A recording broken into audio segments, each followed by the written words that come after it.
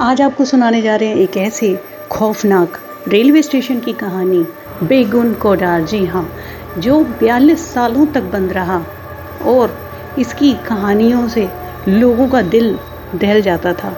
Even आज भी शाम के समय वहाँ कोई नहीं आता जाता। 1960 में बना ये रेलवे स्टेशन 1967 के पास ही बंद कर दिया गया, एक ऐसी घटना की वजह से जिसने लोगों की रातों की नींद तक उड़ा दी।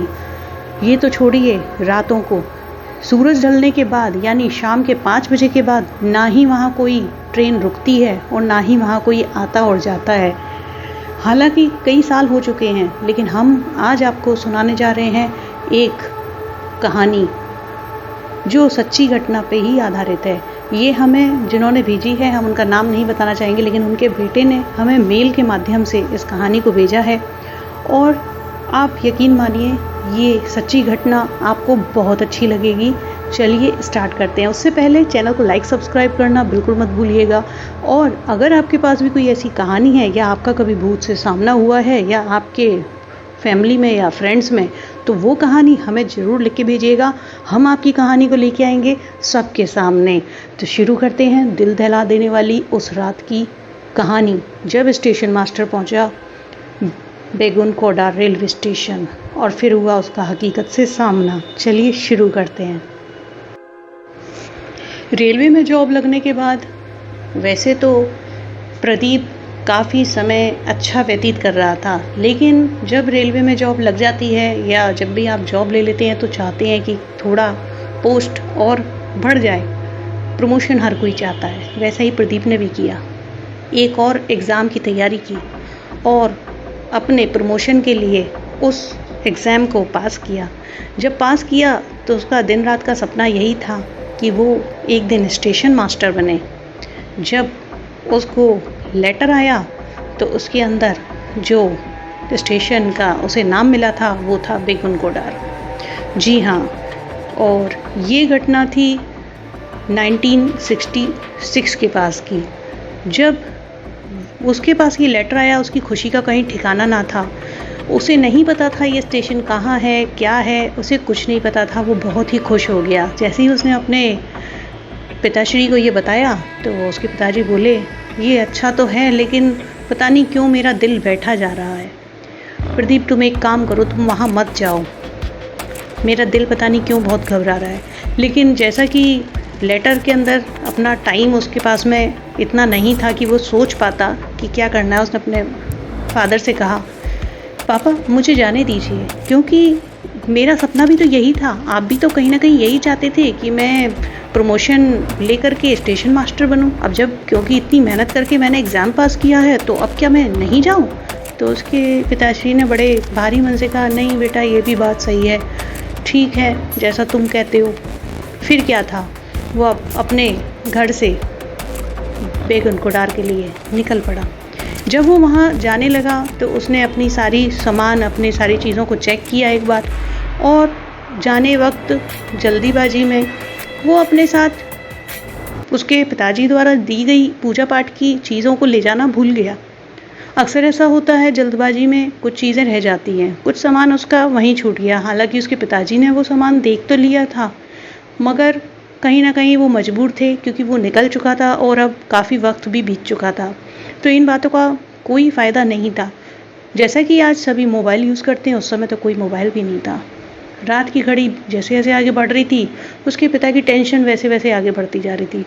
इधर धीरे धीरे जो प्रदीप था वो भी अपने स्टेशन के करीब पहुंचने ही वाला था, लेकिन उसने देखा कि बेगुन कोडार के पास पहुंचने से पहले ही जब उसको स्टेशन के बारे में किसी से उसने बात करी कि मैं वहाँ पे जा रहा हूँ, तो उससे लोग बात कर नहीं रहे थे इस बारे में। उसके और भी लोग थे उसके साथ में जो जॉब किया करते थे रेलवे में, वो वैसे तो सारी चीज़ों पे उससे हंसते मुस्कुराते बात कर रहे थे, लेकिन जैसे ही बात इस बारे में आई तो फिर लोगों ने बात करना कम कर दिया। फिर क्या था, उसने कहा छोड़ो, कोई बात नहीं, हो सकता है इनका मूड मेरे से बात करने का नहीं होगा इस बारे में। फिर क्या था, स्टेशन आ गया और वो अपने सभी साथियों को हाथ मिला के अलविदा करके नीचे उतर जाता है। जब वो नीचे उतरता तो देखता है कि काफ़ी सन्नाटा सा है क्योंकि रात के 9:30 बज रहे थे, तो बेगुन कोठार स्टेशन पे तो वैसे भी कोई नहीं मिलने वाला था।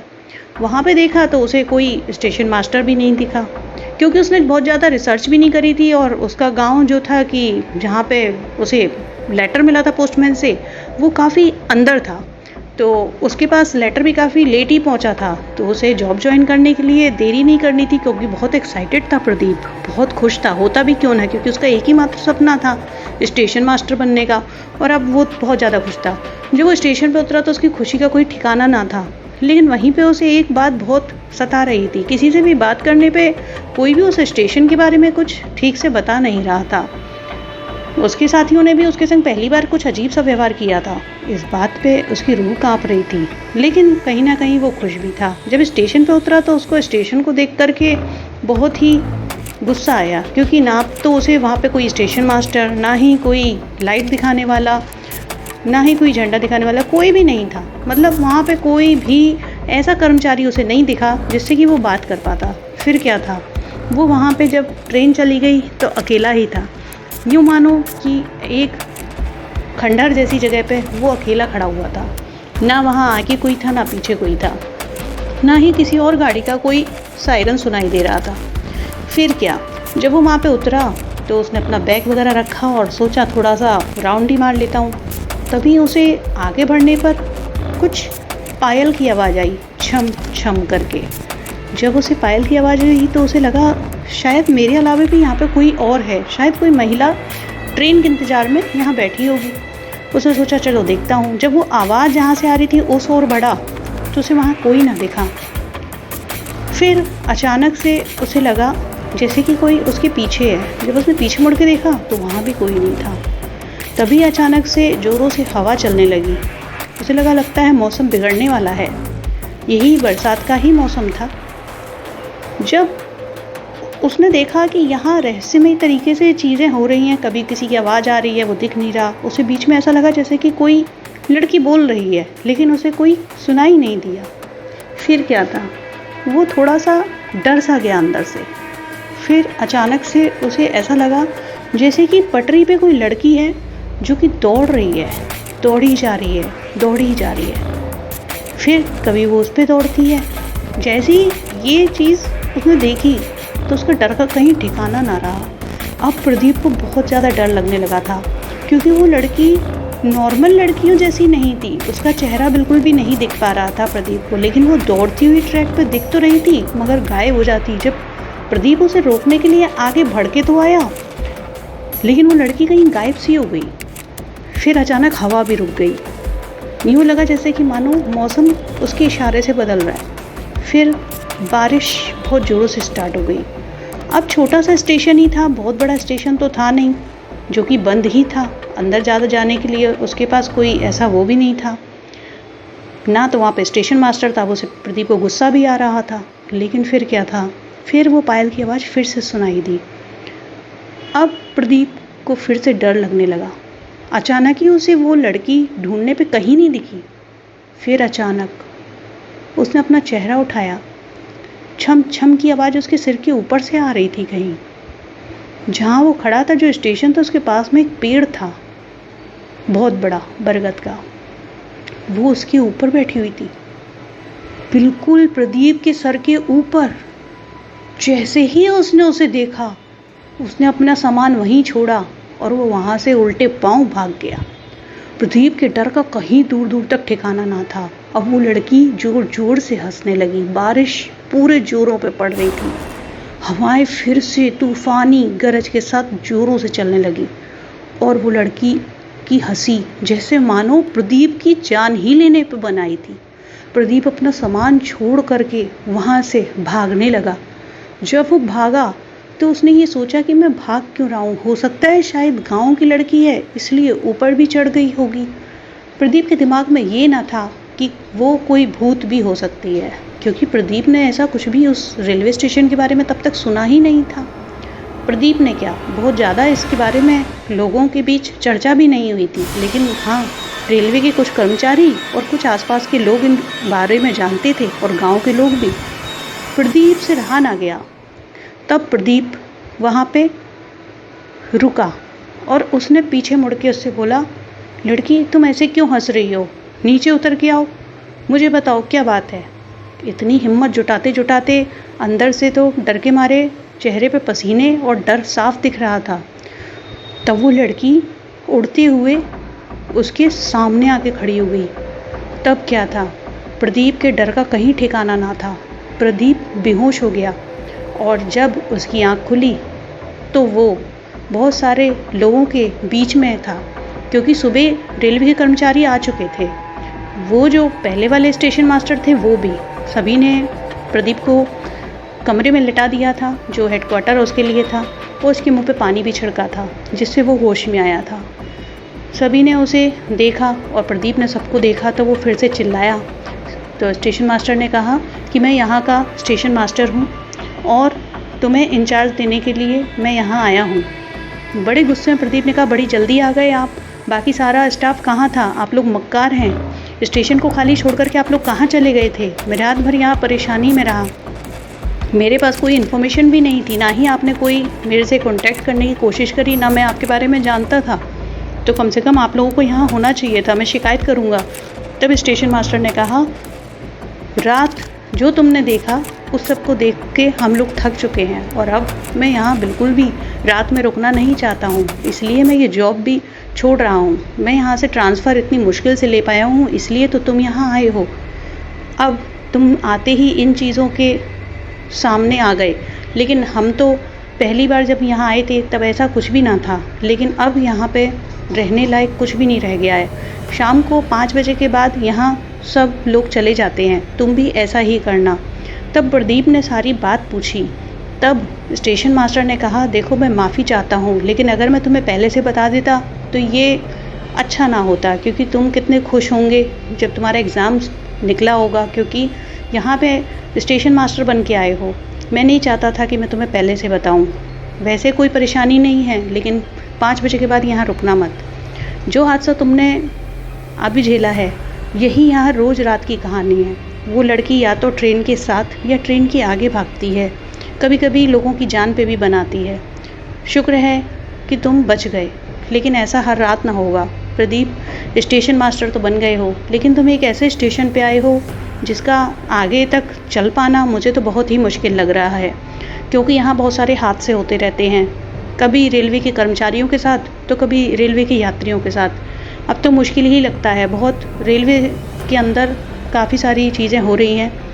इस स्टेशन पे बहुत सी गाड़ियों को रोकने से मना कर दिया गया है, उनका टाइमिंग शेड्यूल चेंज करा गया है। अब हो सकता है 5 बजे के बाद यहाँ गाड़ियाँ स्टॉप भी नहीं करेंगी।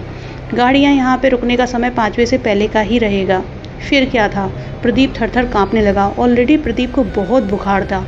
तो स्टेशन मास्टर ने कहा, चलो मैं पहले तुम्हारा डॉक्टर से इलाज करवा देता हूँ, फिर तुम्हें पूरा इंचार्ज सौंपने के बाद मैं यहाँ से चला जाऊँगा। प्रदीप ने बोला, नहीं नहीं, मुझे कोई इंचार्ज नहीं चाहिए, मैं यहाँ काम नहीं कर पाऊँगा, मैं आज ही इसके लिए एप्लीकेशन लिखता हूँ, मुझे इस ऐसे स्टेशन पे काम नहीं करना है।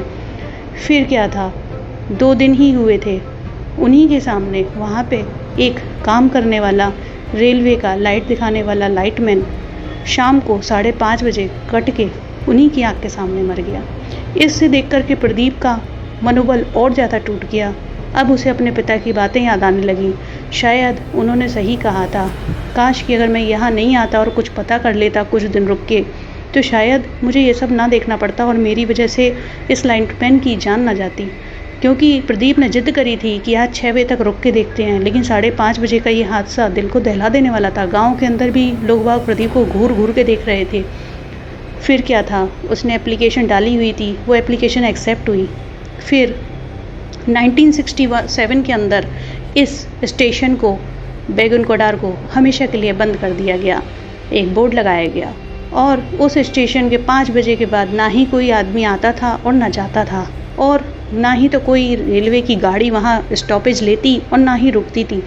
जब भी रुकना होता था तो सुबह 5 बजे तक का ही टाइम था, उसके बाद कोई टाइम नहीं था।